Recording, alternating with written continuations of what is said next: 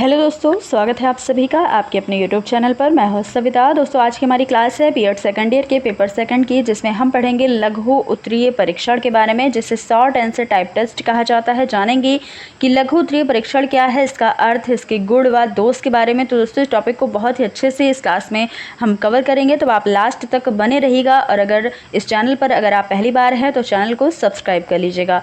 देखेंगे कि short answer type taste क्या है। तो दोस्तों इसका स्वरूप जानिएगा।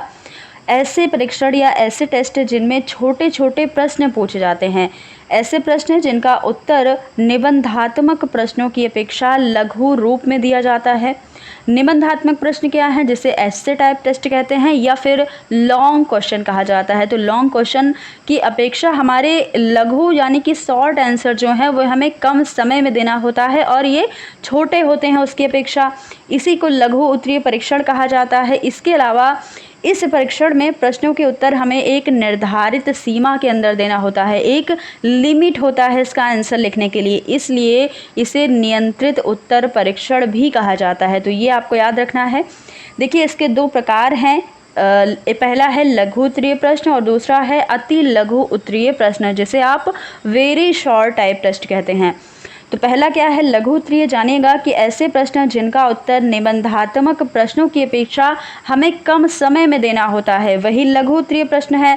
जितने समय में आप एक लॉन्ग क्वेश्चन का आंसर देते हो, उतने ही समय में लगभग आप शॉर्ट आंसर 4 से 6 शॉर्ट लिख सकते हो।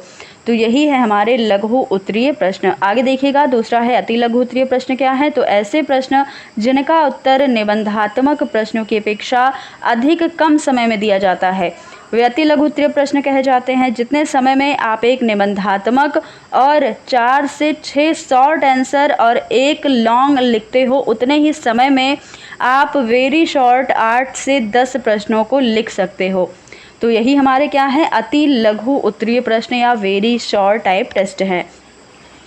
अब देखिएगा इसके गुण या विशेषताएं कौन कौन सी हैं। तो लघु उत्तरीय परीक्षण कई अर्थों में निबंधात्मक परीक्षणों से काफ़ी अच्छे माने जाते हैं। पहली विशेषता है संपूर्ण पाठ्यक्रम पर प्रश्न पूछना संभव है। लघु उत्तरीय प्रश्न निबंधात्मक प्रश्नों की तुलना में बहुत छोटे होते हैं।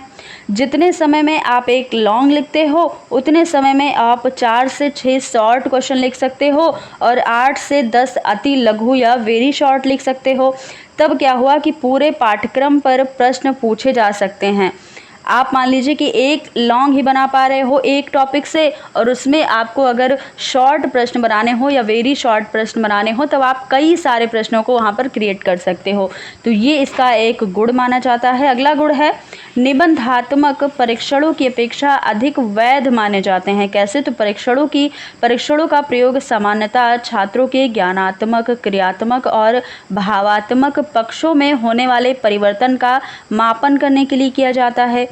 लघु उत्तरीय परीक्षणों के द्वारा मुख्य रूप से ज्ञानात्मक पक्ष का ही मापन हो पाता है, लेकिन वह इतने व्यापक रूप में होते हैं कि वे परीक्षण निबंधात्मक परीक्षण की अपेक्षा अधिक वैध होते हैं।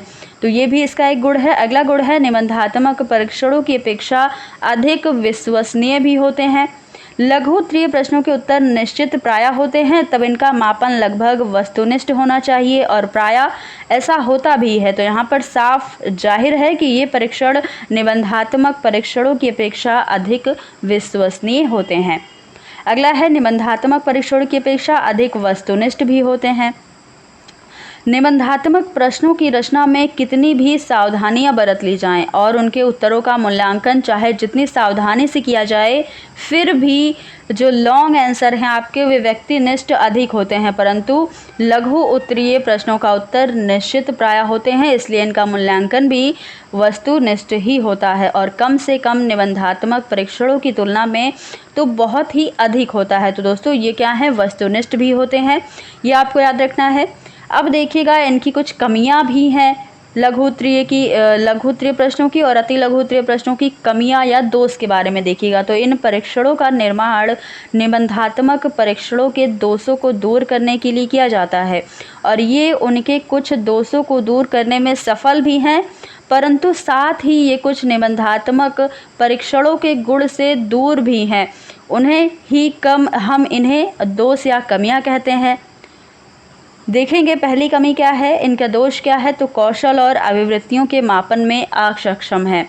लघु उत्तरीय परीक्षणों में प्रायः तथ्यों की जानकारी की जाती है, कौशल और अभिवृत्तियों की नहीं। वैसे भी इनके उत्तर देने में छात्रों की पूरी स्वतंत्रता नहीं होती, वे चाहे जितना नहीं लिख सकते हैं। और लॉन्ग में बच्चे चाहे जितना भी लिख सकते हैं, वो उनके मन में जितनी भी विचार हैं उस टॉपिक को लेकर के सारे विचार रख सकते हैं। लेकिन शॉर्ट या वेरी शॉर्ट में ऐसा नहीं होता है, उन्हें एक सीमित अपना आंसर देना होता है सीमित समय में। इसलिए इनकी क्या होती है, अभिवृत्तियों का मापन हम नहीं कर सकते हैं ऐसे प्रश्नों में। अगला है भाषा शैली एवं अभिव्यक्ति शक्ति का मापन में अक्षम है। लघु उत्तरीय प्रश्नों के उत्तर संक्षिप्त रूप में देने होते हैं, इसलिए इनके उत्तरों के द्वारा छात्रों की भाषा शैली एवं अभिव्यक्ति शक्ति का मापन उतने अच्छे से नहीं हो सकता जितने अच्छे से हम निबंधात्मक परीक्षणों के द्वारा भाषा शैली और अभिव्यक्ति का मापन कर सकते हैं।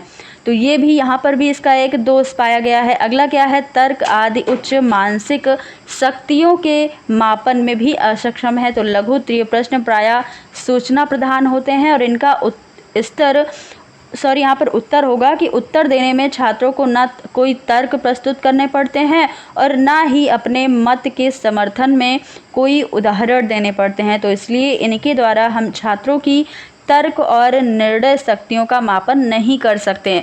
तो इसलिए भी यह क्या है, इसकी एक कमियां है। अगला है व्यक्तित्व के मापन में कम सहायक हैं। तो पहली बात है कि इस प्रकार की परीक्षणों में बच्चों की रुचि और अभिवृत्ति संबंधी प्रश्न कम पूछे जाते हैं। और दूसरी बात है कि इन प्रश्नों के उत्तर एक निश्चित होते हैं, निश्चित समय में लिखने होते हैं। तो इनके उत्तर देने में छात्रों को कोई स्वतंत्रता नहीं होती। इनके द्वारा छात्रों के व्यक्तित्व का सही ढंग से मापन नहीं किया जा सकता है।